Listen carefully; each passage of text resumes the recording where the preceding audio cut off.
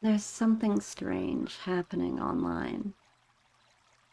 People are falling in love with avatars, with voices through headsets, with characters in games, with people they've never physically touched. And honestly, a lot of outsiders still laugh at it. It's not real. You can't love someone through a screen. You're just lonely. But the truth is, virtual worlds didn't create fake emotions. They removed barriers that usually hide real ones. And if you've ever stayed up until 4 a.m. talking to someone in a game, if you've ever felt your chest tighten when their username appeared online, if you've ever missed someone that you technically never met, then you already understand this video. Because virtual worlds aren't replacing human connection. For a lot of people, they're the first place they actually find it. For most of human history, relationships were based on proximity. You loved the people near you, your town, your school, your workplace. But the internet changed that forever. Now people meet through MMOs, VR chat, Second Life, Discord, Twitch communities, roleplay servers, competitive games, and niche fandoms. And suddenly, connections stopped being about geography. It became about compatibility. Two people on opposite sides of the world can connect more deeply than two people sitting beside each other in real life. Because online, people often meet through shared obsession first. The same game, the same music, the same humor, the same emotional wounds, or the same fantasies. And that creates emotional intimacy fast, sometimes faster than real life ever could. The truth is, avatars make people more honest. This sounds backwards. Most people assume that avatars make relationships fake. But psychologically, they often do the opposite. In real life, people are judged instantly on appearance, status, body language, wealth, social anxiety, or attractiveness. Online, a lot of that disappears. And weirdly, people start revealing their inner selves much faster. Someone who is shy in real life might become confident online. Someone emotionally closed off might suddenly open up through roleplay or voice chat. Because the screen creates safety, not total anonymity, not deception. Safety. Enough safety to finally say, this is who I actually am. And when someone feels seen emotionally before physically, attachment can become incredibly intense. This is something that most people outside virtual worlds don't understand. Roleplay isn't pretending in the childish sense. The brain still processes emotional interaction as emotionally meaningful.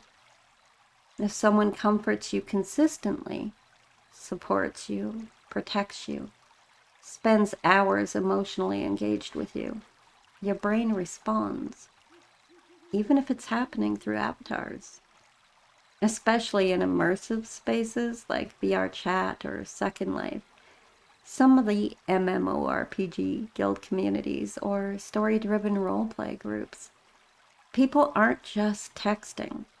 They're building shared experiences, inside jokes, memories, routine, emotional rituals.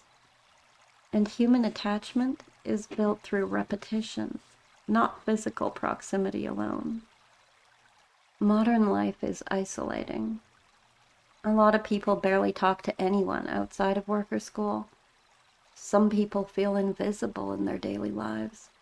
And then they enter a virtual world, and suddenly someone's excited to see them log in. Someone notices when they disappear. Someone waits for them. Someone listens. And that emotional contrast is powerful, especially for people who struggle socially offline or feel misunderstood. Those who deal with anxiety or feel disconnected from traditional relationships. Maybe those who spend most of their lives online already. Virtual worlds become emotional ecosystems, not escapism in the shallow sense, more like alternative social realities. And for many people, those connections feel more emotionally real than offline ones because they actually involve vulnerability. People say that online love isn't real because it happens through technology. But almost all modern relationships involve technology now. Texting, voice calls, social media, long-distance dating, video calls. If emotions experienced through a phone are real, why would emotions experienced through a virtual world suddenly become fake?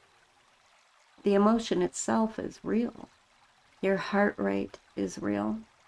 Your attachment is real. Your jealousy is real. And your grief is real.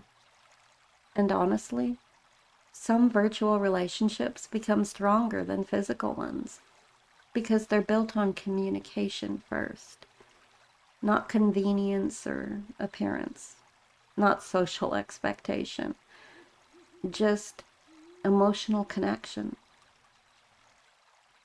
But there's another side to this too. Virtual worlds can intensify emotions very quickly. People sometimes idealize each other, project fantasies onto avatars, or confuse role-play dynamics with real compatibility, or become emotionally dependent, or lose boundaries. And because online intimacy can accelerate faster than real life, the emotional damage can hit harder too, especially when someone disappears suddenly. In virtual worlds, people can vanish overnight, delete an account, leave a server, block you everywhere. And the grief is real even if outsiders don't understand it. And that's why emotional maturity matters online just as much as offline, maybe even more. And now we're entering an even stranger era. AI companions, virtual girlfriends and boyfriends, emotionally responsive NPCs, digital intimacy designed to simulate affection. And whether people like it or not, humans will emotionally attach to artificial personalities because the human brain responds to emotional patterns, attention, consistency, comfort, and validation. That doesn't mean AI love replaces human love, but it does reveal something important. Humans are emotionally adaptive. We bond with what makes us feel understood, even if it exists through code. Virtual worlds didn't invent loneliness. They didn't invent love either. They simply created spaces where people could connect beyond physical reality. And sometimes, behind an avatar, a username, or a voice through a headset, people become more emotionally honest than they ever are in real life. And that's why people fall in love in virtual worlds. Not because the feelings are fake, but because the feelings are real enough to survive the screen. And for millions of people online, that screen became the place they finally felt seen.